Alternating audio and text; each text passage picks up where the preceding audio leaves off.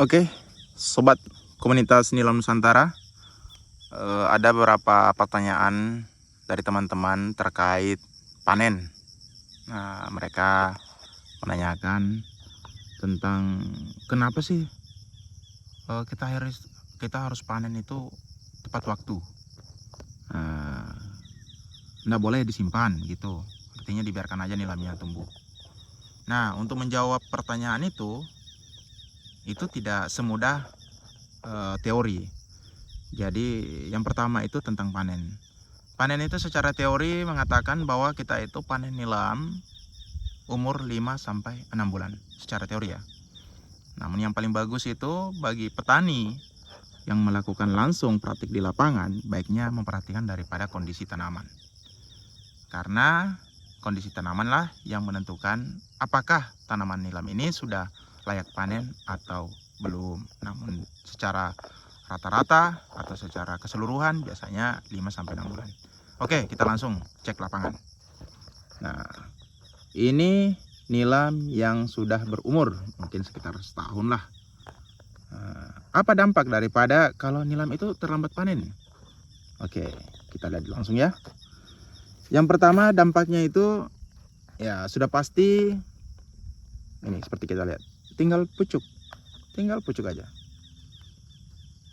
Dedaunan di sekitar cabang atau ranting itu sudah sangat kurang. Ya, sudah sangat kurang. Kita lihat ini. Nah, ini. Bisa dikatakan tinggal berapa helai daun. Semua udah rontok. Begitupun ini. Nah, itu ya.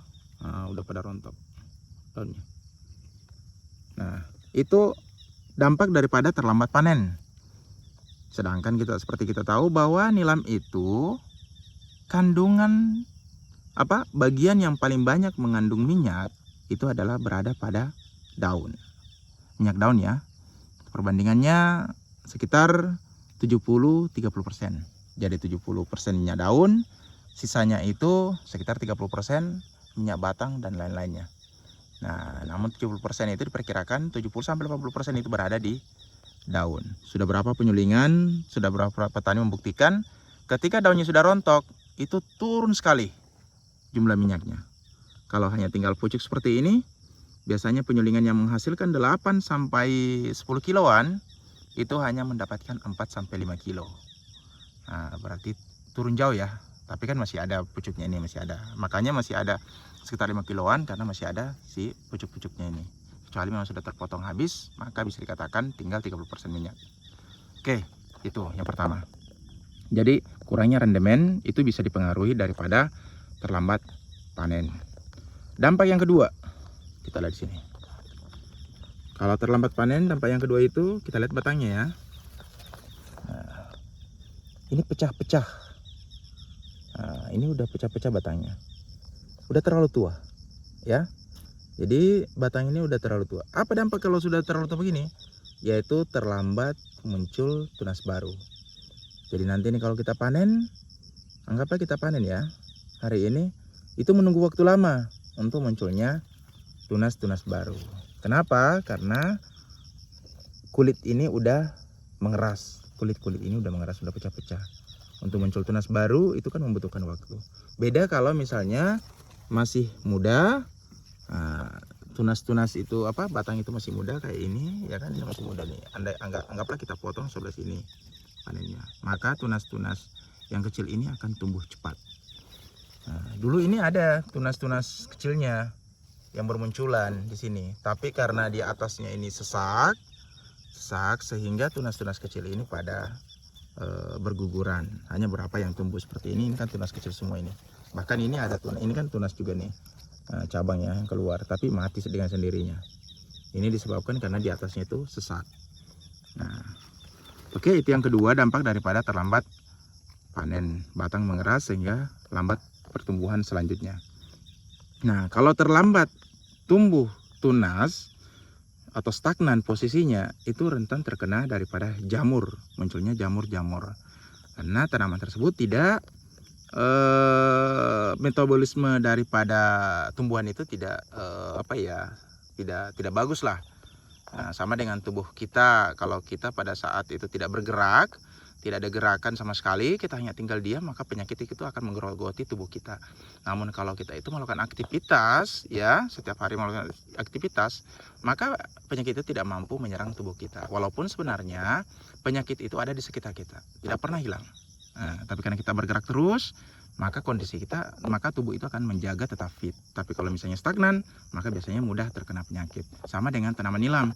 Kalau posisinya stagnan, tidak bertumbuh, tidak ada tunas baru yang keluar, maka penyakit biasanya akan menggerogoti.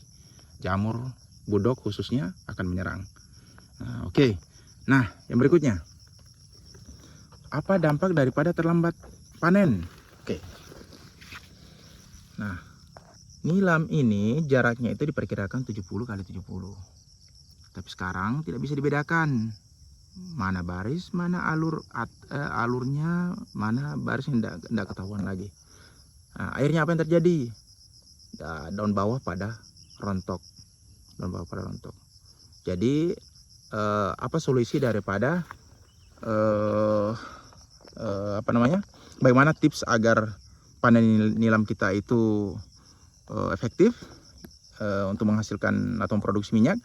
Maka kita harus lihat langsung kondisi nilam kita. Contohnya seperti ini. Kalau daun nilam itu udah pada menguning seperti ini, udah pada kuning-kuning, ini sudah masuk masa panen. Anggaplah daun bawahnya ya, masih ada daun bawahnya, namun warnanya sudah seperti ini. Ya, sudah seperti ini ya. Ini udah keluar minyak nih. Kalau ini kita cium, itu ada aroma.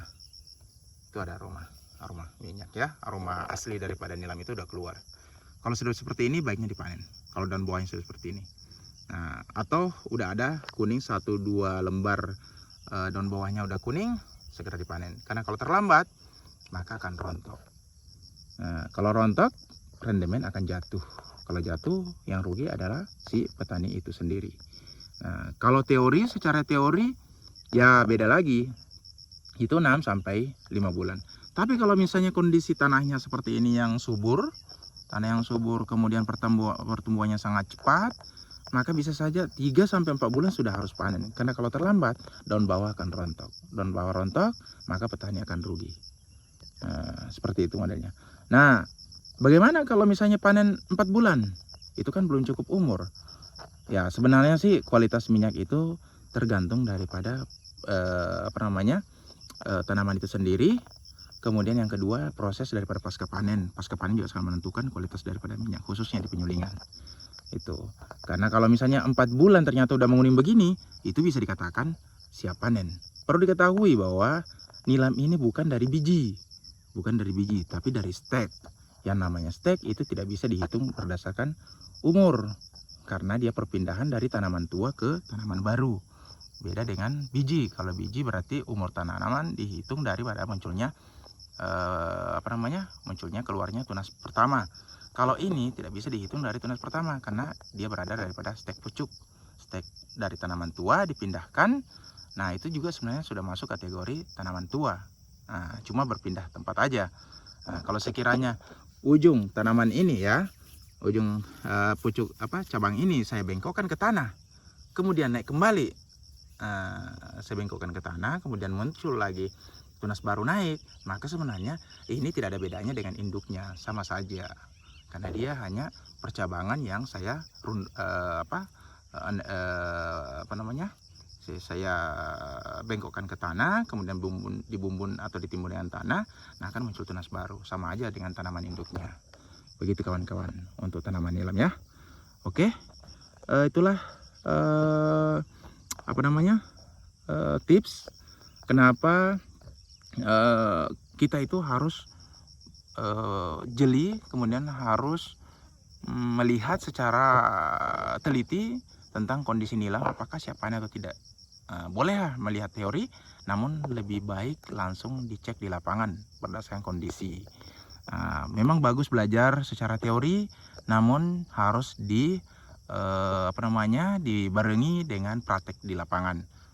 Kalau cuma teori tanpa praktik di lapangan, biasanya kita itu kalang kabut kalau berada di lapangan. Tapi kalau misalnya juga kita kerja di lapangan, kemudian tanpa teori, biasanya juga agak lambat prosesnya. Jadi dua-duanya harus kita lakukan, belajar secara teori atau belajar dari orang yang berpengalaman, kemudian kita praktekkan di lapangan sambil kita belajar secara otodidak. Oke kawan-kawan, sampai jumpa lagi pada video-video selanjutnya.